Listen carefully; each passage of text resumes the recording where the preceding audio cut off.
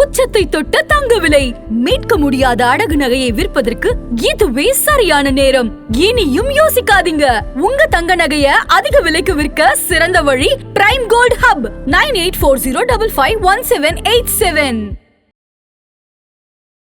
ஒரு கோயில்ல நவக்கிரகங்கள் 9 நவக்கிரகங்கள் இருந்தால் உலகமே அந்த கோயிலுக்குள்ள இருக்கிறதாங்க. பிரச்சனை இல்லாமல் நல்லது வராது. தந்தையை கூப்பிட்டு குலதெய்வத்துக்கு போய் வணங்கினா அவருக்கு ரொம்ப நன்மை. அந்த ரிஷவத்துல சந்திரன் பலமாகிறார். அப்ப சந்திரன் பலமாகிற போது அவங்களுக்கு ஒரு பெரிய நன்மையை குலதெய்வம் தாய் போன்றது என்றால் அதற்கு நீங்க என்ன செய்யணும்? பெண் தெய்வமா அங்க இருந்துச்சுன்னா புடவை எடுத்து கொடுக்கறது நல்லது. குலதெய்வத்து கோயில்ல போய் நின்று சூரிய நமஸ்காரம் அதன் ஆன்மீகம் நேயர்களுக்கு வணக்கம். நான் உங்கள் விஜய் பிரியா. ஆன்மீகம் தொடர்பான சந்தேகங்களுக்கு நம்ம ஒவ்வொரு நாளும் தீர்வு கொடுத்துட்ருக்கோம். இந்த நிகழ்ச்சியில் நம்ம கூட யார் இணைஞ்சிருக்காங்க அப்படின்னு பார்த்தீங்கன்னா, பாரம்பரிய வள்ளுவர் குல ஜோதிட சங்கம் பேராசிரியர் டாக்டர் கேவி ஸ்ரீ ரவிசங்கர் அவர்கள் தான் நம்ம கூட இருக்கிறாங்க. அவங்கக்கிட்ட நிறைய விஷயங்கள் நம்ம கேட்டு தெரிஞ்சுக்கலாம். வணக்கம் சார். வணக்கம். எப்படி இருக்கீங்க? நல்லா இருக்கிறேன். நீங்கள் நல்லா இருக்கீங்க? ரொம்ப நல்லா இருக்கோம் சார். சந்தோஷம். நம்ம ஏற்கனவே குலதெய்வம் பற்றின முழு விவரம் பார்த்துடணும். பொதுவாக அந்த 12 ராசிகளும் பார்த்திங்கன்னா பரிகாரம் செய்யலாம் அப்படிங்கிற ஒரு விஷயம் சொல்லியிருந்தீங்க. குலதெய்வம் தெரியல அப்படின்னா இந்தந்த பரிகாரங்கள் நீங்கள் செய்யுங்க, கண்டிப்பாக உங்களுக்கு குலதெய்வம் கிடைக்கும், வணங்குறதுக்கான வாய்ப்புகள் கிடைக்கும் அப்படின்னு சொல்லி. இதில் 12 ராசிகளை வச்சு சொல்ல முடியும் அப்படின்னு சொல்லியிருந்தீங்க. எனக்கு அதுக்கு மிகுந்த ஆர்வமாக இருக்குது. அது எப்படி இப்போ நான் கேள்விப்பட்ட வரைக்கும் ஒருத்தருடைய ஜாதகம் வச்சு அவருக்கு குலதெய்வம் எப்படிப்பட்ட ஒரு விளைவை ஏற்படுத்தியிருக்கு, அந்த கிரக அமைப்பை வச்சு பரிகாரம் சொல்கிறது ஓகே. ஆனால் 12 ராசிக்கும் பரிகாரம் அப்படிங்கிறது எனக்கு ரொம்ப வித்தியாசமாக இருந்தது. அதை பற்றி கொஞ்சம் சொல்லுங்களேன். அதாவதுங்க, இந்த ராசி கட்டத்துக்குள்ளார தான் எல்லாமே இருக்குது. வானில் இருக்கக்கூடிய விண்ணில் இருக்கக்கூடிய தெய்வங்களுக்கு பேர் வானவர்கள். இந்த மண்ணில் இருக்கக்கூடிய தெய்வங்களுக்கு பேர் குலதெய்வம். நாம் நம்மளுடைய மண்ணோட பெருமையே குலதெய்வத்தை சார்ந்ததுந்தா அப்படிங்கிறாங்க. எந்த ஒரு இனத்திலையுமே தமிழ் இனம் மாதிரி ஒரு குலதெய்வத்தை தெய்வத்தவே கட்டிக்காத்த ஒரு இனம் தமிழ் இனம் தான். இதுதான் அந்த தமிழ் இனத்துக்கு உண்டான பெருமை. அதில் இந்த ஜோதிட சாஸ்திரங்கிறது இந்த உலகத்தில் எல்லாமே அதுக்குள்ளார அடக்கி வச்சிருக்கிறாங்க. ராசி கட்டத்தில் ஒரு கோயிலில் நவக்கிரகங்கள் 9 நவக்கிரகங்கள் இருந்தால் உலகமே அந்த கோயிலுக்குள்ளே இருக்கிறதாக அர்த்தம். 9 நவக்கிரகம் தான் எல்லாரும். சூரியன்னா ஒவ்வொரு காரகத்துவங்களை சொல்கிறோம், சந்திரனை சொல்கிறோம், இப்படி சொல்கிறோம் இல்லையா? அப்போது 9 கிரகங்கள் ஒரு கோவிலில் இருந்தால் இந்த உலகத்தில் இருக்கக்கூடிய அனைத்து விதமான விஷயங்களும் அந்த கோயிலுக்குள்ளே இருக்கிறதாக அர்த்தம். அப்போ ராசி கட்டத்துக்குள்ளார தான் எல்லா விதமான ராசி கட்டத்துக்குள்ளார தான் 9 கிரகமே இருக்குது. ஆனால் இங்கே நம்ம என்ன சிந்திக்கணும் அப்படின்னா, ராசி கட்ட எவ்வளவுங்க? 12. கிரகங்கள் எவ்வளவுங்க? 9. அப்போ ஷார்டேஜ் எவ்வளவுங்க?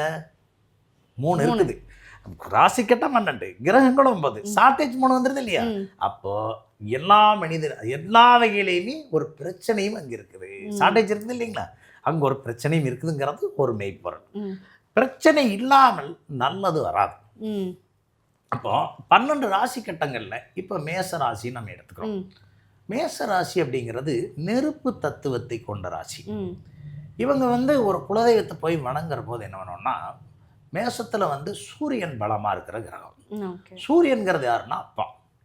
இந்த மேச ராசிக்காரு, மேச லக்னத்திற்காரு, மேசத்தில் லக்னாதிபதி இருந்தாலும் இந்த பலன் பொருந்தும். ஆனால் லக்னத்திற்கு எக்ஸாக்டாக இது பொருந்தும். ராசிக்கு ஒரு 80% பொருத்தம் அப்படிங்கிறத எடுத்துக்கணும். லக்னாதிபதிக்கும் 80% பொருத்தம். அப்போ மேச லக்னம் அப்படின்னு எடுத்துட்டா அவங்களுக்கு நம்ம பலன் பார்க்குறோம். பாருங்க, அவர் சூரியன் அங்கே பலமாகுது. அவர் என்ன செய்யணும் அப்படின்னா, அவருடைய தந்தையை கூப்பிட்டு குலதெய்வத்துக்கு போய் வணங்கினா அவருக்கு ரொம்ப நன்மை கொடுக்கும். ஒன்றும் இல்லை, சிம்பிளாக செய்யலாம். அவருடைய தந்தையை கூட்டிகிட்டு போய் குலதெய்வத்தை வணங்கணும் ஒன்றும். 2வது, மேசம் ஆட்டை கொண்ட வீடு. மேசம் என்னங்க? ஆடு கொண்ட வீடு. அப்போ தன்னுடைய குலதெய்வம் அப்படிங்கிறது ஒரு கிடா வெட்டி சாமி கும்பிட்ற மாதிரி இருந்தால் சில பேர் சொல்லுவாங்க கிடா வெட்டக்கூடாது, அப்படிலாம் கிடையாது. குலதெய்வத்துக்கு வெட்டலாம்னா வெட்டலாம், அது வேணாம்னா பண்ணக்கூடாது. புரியுதுங்களா? அப்போ அந்த ஆடு வந்து தானமாக கூட கொடுக்கலாம், அப்படி கொடுக்கலாம். யாருக்காவது தானமாக கூட இவங்க வாங்கி கொடுக்கலாம். அது ஒரு பெரிய நன்மை கொடுக்கும். ரெண்டாவது, மேசம் நெருப்பு தத்துவத்தை கொண்ட வீடு. அப்போ நெருப்பு அப்படிங்கிறது அங்கே என்ன செய்யணும்னா, அந்த கோயிலுக்கு போய் ஒரு தீப வழிபாடு செலுத்தலாம். அதே வகையில் குறிப்பாக வந்து ஒரு லைட்டு வாங்கி கொடுக்கலாம், அது ரொம்ப சிறப்பு. அந்த கோயிலில் வந்து ஒரு அன்னதானம் போடுறாங்கன்னா அதுக்கு விறகு வாங்கி கொடுக்கலாம். ஒரு யாகம் வளர்த்துறதுக்கு யாக பொருள் வாங்கி கொடுக்கலாம். அதே வகையில் குறிப்பாக வந்து என்னென்னு பார்த்தீங்கன்னா, இந்த மேசம் அப்படிங்கிறது வந்து ஒரு பெரிய பிரபஞ்ச சக்தி வாய்ந்த ராசி. அங்கே சனி நேசமாகலாம். அப்போ ஒரு ஊனமுற்றவங்களுக்கு, சனின்னா ஊனமுற்றவர், அந்த கோயிலில் யாராவது ஊனமுற்றவங்க இருந்தாங்கன்னா அவங்ககிட்ட ஆசீர்வாதம் வாங்கணும். ஓகே. அப்போ ஆசீர்வாதம் வாங்கினா என்ன ஆகும், இவருக்கு அது வேலை செய்யாது, அங்கே தப்பு வேலை செய்யாது.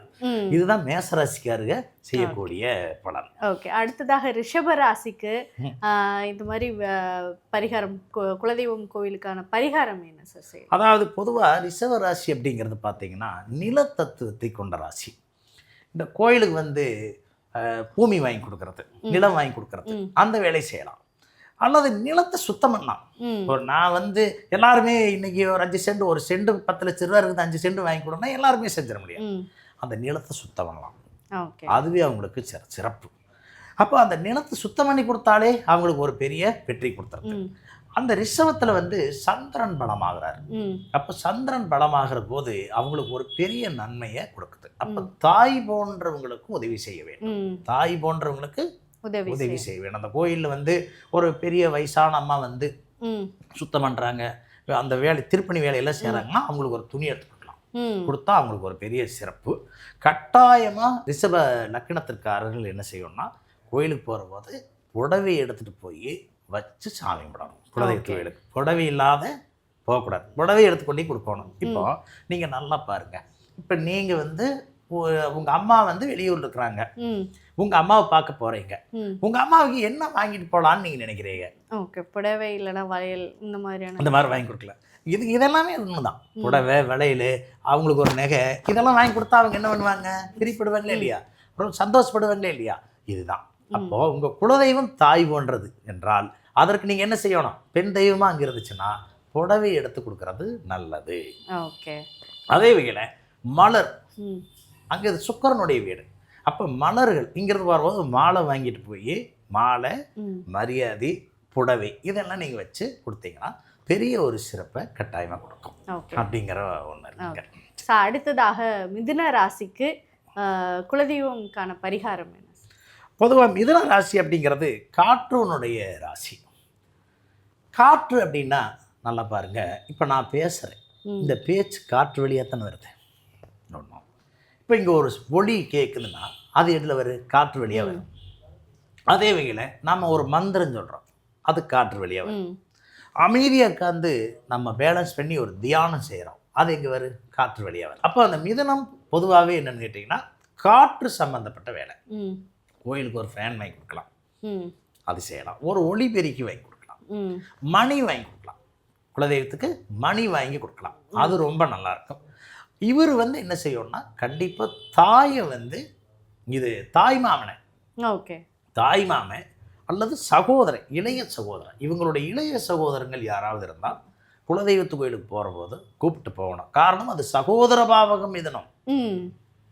அப்போ இவங்க அந்த கோயிலுக்கு போகிற போது என்ன பண்ணணும், இளைய சகோதரனையோ அல்லது இளைய சகோதரியோ இருந்தால் கூட்டிகிட்டு போனாங்கன்னா இவங்களுக்கு ஒரு பெரிய நன்மை கொடுக்கும், அங்கே ஒரு பரிகாரம் ஆகும். புரியுதுங்களா? அதனால தான் நம்ம பெரியவங்க என்ன சொல்லிக்கிறாங்கன்னா குடும்பத்தோட கோயிலுக்கு போக சொன்னாங்க குலதெய்வத்துக்கு. அப்படி இன்னைக்கு செய்ய முடியல அப்படின்னா நம்ம இப்படி செஞ்சால் நல்லாயிருக்கும். ஃப்ரெண்ட்ஸோடையும் போகலாம், புதன் நட்பையும் குறிக்கும். இந்த ஒரு நண்பர்களையும் கூட்டிகிட்டு போனோம்னாலும் அங்கே ஒரு பெரிய சிறப்பை கொடுக்கும்.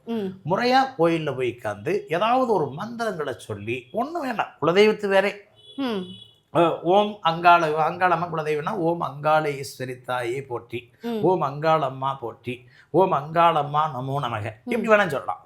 சும்மா இதைவே ஒரு பாராயணம் ஒரு 1000 தடவை, ஒரு 100 தடவை அவருடைய சக்திக்கு தகுந்த மாதிரி அதை சொல்லி கும்பிட ஆரம்பித்தா அந்த இடத்துல கும்பிட்டு அதே பவரோட வீட்டுக்கு வந்துட்டு வீட்டில் கும்பிடுறதுக்கு ஆரம்பித்தாருன்னா சொல்லி சொல்லி பெரிய பவர் கொடுக்கும். ஓகே, இது மிதனத்துக்கு உண்டான. ஓகே. அடுத்ததாக கடகராசி, அவர்களுக்கு இந்த குலதெய்வத்திற்கான பரிகாரம் என்ன? கடகம் வந்து எப்படின்னு கேட்டிங்கன்னா நீர் வீடு. ம். கடகம் நீர் வீடு. இப்போ நீரால் என்னென்னலாம் வருது? ஒரு தீர்த்தம் நீர் தான். ம். சாமிக்கு ஒரு அபிஷேகம் செய்கிறோம், அது நீர் தான். பால் நீர் தான், பால் நீர் தான், மோர் நீர் தான். அப்போ நீங்கள் ஒரு நெல் வந்து நெல்மணிகள் நீரில் தான் இருந்து வருது. ம். அப்போ அன்னதானம் செய்யலாம். இவங்களுக்கு அன்னதானம் ரொம்ப சிறப்பு. அடுத்தது பால் அபிஷேகம் செய்யலாம், அது ரொம்ப நல்லாயிருக்கும். இங்கே கடகத்தில் தான் குரு உச்சம் பெற்றிருக்கு. ம். அப்போ அங்கே குழந்தைகளுக்கு பிடிச்சது, குழந்தைகளுக்கு இப்போ ஒரு கோயிலுக்கு போகிறோம், ஒரு முட்டாய் வாங்கி கொடுத்தா பிடிக்கும், ம். ஒரு லட்டு வாங்கி கொடுத்தா பிடிக்கும். ஒரு கோயில்னு சும்மா விளையாடிட்டு இருக்குது, அந்த குழந்தைகளுக்கு போய் ஏதாவது ஒன்று வாங்கி கொடுத்தா பிடிக்கும். அப்போ குழந்தைகளுக்கு தேவையானதை இவங்க வாங்கி கொடுத்தாங்கன்னா ரொம்ப சிறப்பாக இருக்கும் அப்படிங்கிற ஒன்றும். அன்னதானம் போடுறது சிறப்பாக இருக்கும். பால் அபிஷேகம், தேன் அபிஷேகம், பன்னீர் அபிஷேகம், இளநீர் அபிஷேகம், எல்லா நீர் அபிஷேகங்கள் செய்கிறது நல்லாயிருக்கும். சரி, இன்னொன்று இதுக்கு மேலே இன்னொன்று செய்யணும். என்ன செய்யலாம்? போர் போட்டு கொடுக்கலாம். ஓகே, போர் போட்டு கொடுக்கலாம். கிணறு வெட்ட முடியும்னா கிணறு வெட்டி கொடுக்கலாம். அல்லது பழைய கிணறு இருக்குது, அதை ஒரு பராமரிக்க வேலை செய்யணும், செஞ்சு கொடுக்கலாம். வேண்டாம், இன்றைக்கி அந்த கோயிலில் ஒரு மண்டபமெல்லாம் இருக்குது, இப்போ நம்ம என்ன செய்யலாம்? ஒரு ஆலோ வாட்டர் வாங்கி கொடுத்துடலாமா? கொடுக்கலாம். காலம் மாறிடுச்சு, இதுக்கு தகுந்த மாதிரி அந்த காரகங்களும் மாறுது இல்லைங்களா? இப்போ இதையெல்லாம் அவங்க செஞ்சாங்கன்னா ரொம்ப நல்லா இருக்கும். ஓகே. அடுத்ததாக சிம்ம ராசி, அவர்களுக்கு குலதெய்வத்திற்கான பரிகாரம் என்ன? சிம்மராசி. சிம்மராசி அப்படிங்கிறது பார்த்தீங்கன்னா நெருப்பு தத்துவத்தை கொண்ட வீடு. இப்போ இங்கேயும் அதே மாதிரி தான். தீபம், இப்போ ஒரு சர விளக்கு, சாமிக்கு சர விளக்கு வைப்பாங்க, அது வாங்கி கொடுக்கறது. சிம்மம் வந்து ஆபரணங்களையும் குறிக்கக்கூடிய வீடு, தங்க ஆபரணங்களை குறிக்கக்கூடிய வீடு, அது ஒரு ராஜ அம்சமுடைய வீடு. அப்போ அங்கே வந்து என்ன செய்யலாம் அப்படின்னா, இந்த அழகு நாச்சி, தெய்வத்திற்கு பின்னால் வந்து அழகு நாச்சிம்பாங்க, அது வந்து வாங்கி கொடுக்கும். திருவாச்சி, ஓகே, அதுக்கு பேர் திருவாச்சி. திருவாச்சி வாங்கி கொடுக்கலாம், அது ரொம்ப நல்லா இருக்கும். இவங்க குலதெய்வத்து கோயிலில் போய் நின்று சூரிய நமஸ்காரம் பண்ணால் நல்லது. ஓகே, சூரியனுடைய வீடு அது. குலதெய்வத்து கோயிலில் போய் நின்று சூரிய நமஸ்காரம் பண்ணால் ரொம்ப சிறப்பாக இருக்கும். விறகு வாங்கி தரலாம், நெருப்புக்கு தேவையான பொருள் விறகு வாங்கி தரலாம், தீபத்தை செய்யலாம், லைட்டு வாங்கி கொடுக்கலாம், அது ரொம்ப நல்லா இருக்கும். லைட் வாங்கி கொடுத்தா ரொம்ப நல்லா இருக்கு. அதே வேளை இவங்க குலதெய்வத்துக்கு தந்தை மாதிரி யார் இருந்தாலும் அவங்க கிட்ட ஆசீர்வாதம் வாங்க வேண்டும். ஓகே, இவங்க தான் இது ஒரு அரசனுடைய வீடுன்னு கூட சொல்லுவாங்க. இப்போ அரசன் வந்து ஒரு கோயில் கட்டணும் அப்படின்னா உதவி செய்யணுமே, செய்யக்கூடாதா? கட்டாயமாக உதவி செய்ய வேண்டும். அப்படி செஞ்சால் இவங்களுக்கு ஒரு பெரிய நன்மையை, உயர்வை தருகிறது. சிம்மம் ஜெயிக்கும் இதெல்லாம் செஞ்சால். சரி, அடுத்ததாக கன்னிராசி, அவர்களுக்கு குலதெய்வத்திற்கான பரிகாரம் என்ன? அருமைங்க.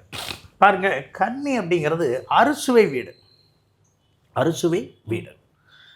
அப்போ உணவு, அன்னதானம், அன்னதானத்துக்குரிய எல்லா பொருளும் வாங்கி தரலாம். அன்னதானமே இவங்க போடலாம், போட்டால் இவங்களுக்கு ஒரு நன்மை கொடுக்கும். இங்கே தாய் மாமனை கூட்டிகிட்டு போனால், புதன் உச்ச வீடு, அப்போ தாய் மாமனை கூட்டிகிட்டு போனால் ரொம்ப சிறப்பு. பொதுவாக கன்னியா லக்னத்துக்காரு அத்தை, அத்தை பொண்ணு, சின்னம்மா, சித்தி, நல்லா தெரிஞ்சுக்கங்க. அத்தை, அத்தை பொண்ணு, சித்தி, சின்னம்மா புள்ள, இவருக்கு முன்னாடி இருக்கிற மூத்த சகோதரி, இவங்க வாழ்க்கையில யாராவது பாதிக்கப்பட்டிருந்தால் அவர்களுக்கு உதவி செய்ய வேண்டும். கோயிலுக்கு போறதுக்கு மேல இது வேலை செய்யும். இப்போ ஒரு அத்தை வந்து பாதிச்சிருச்சு வாழ்க்கையில அப்படின்னா, இவர் குலதெய்வத்து கோயிலுக்கு போறதை காட்டில் இவர் அந்த அத்தைக்கு போய் ஒரு புண்ணியம் செஞ்சாருன்னா இவருக்கு அது ரொம்ப நல்லா இருக்கும். நீங்க கேட்கல, அப்போ குலதெய்வத்துக்கு போகணுங்கிறது இல்லை, தேவையில்லை. காரணம், அங்கே குலதெய்வம் வந்து நீங்க செய்யற நன்மை யாருக்கு அப்படிங்கிறத பார்க்கும். குலதெய்வம் உங்களுக்கு ஆணையிடும், குலதெய்வம் பெரியவங்க. அப்போ கன்னியா லக்னத்துக்காருங்க இந்த மாதிரி ஒரு வேலை செய்யறது நல்லது. அடுத்தது நிலம் வாங்கி கொடுக்கறது, இது நிலத்தத்துவத்தை கொண்டது. நிலம் வாங்கி கொடுக்கறது, அந்த நிலத்தை சுத்தம் பண்ணி கொடுக்கறது, உணவு விருந்துகள், விருந்து பரிமாற, அந்த விருந்து பரிமாறுற இடம், குலதெய்வத்து கோயிலில் விருந்து பரிமாறுற இடம், அதுக்கு ஒரு 4 டேப்பில் வாங்கி சேர் வாங்கி கொடுக்குறது, வந்து சாப்பிட்டு போட்டு அந்த மாதிரி வாங்கி தர்றது, எல்லா அந்த இந்த மாதிரி உணவு சார்ந்த எல்லா விஷயங்களையுமே கன்னியா லக்னத்துக்காரர் செய்தால் அவர்களுக்கு ஒரு பெரிய நன்மையை தருகிறது. முடிந்தவரை கன்னியா லக்னம் தாய் மாமனோட போய் கும்பிட்டா அவங்களுக்கு பெரிய வளர்ச்சியை கொடுக்குது. தாய் மாமன் கிட்ட ஆசீர்வாதம் வாங்குறது, அத்தைக்கு உதவி செய்கிறது பெரிய வெற்றி கொடுக்குது.